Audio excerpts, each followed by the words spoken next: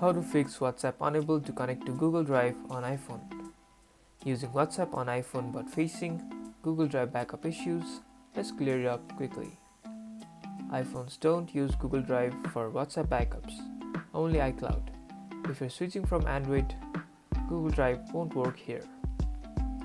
Make sure iCloud is enabled for WhatsApp under Settings, Apple ID and iCloud. Go to Settings, search for Apple ID, or you can just tap on your name right here and go to iCloud.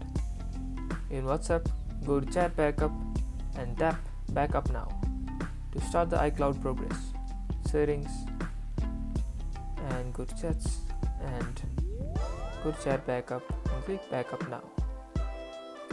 Now you know Google Drive is for Android, iCloud is for iPhone backups. And that's about it.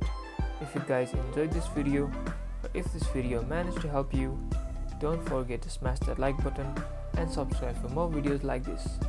Thank you guys for watching and see you guys in the next tutorial.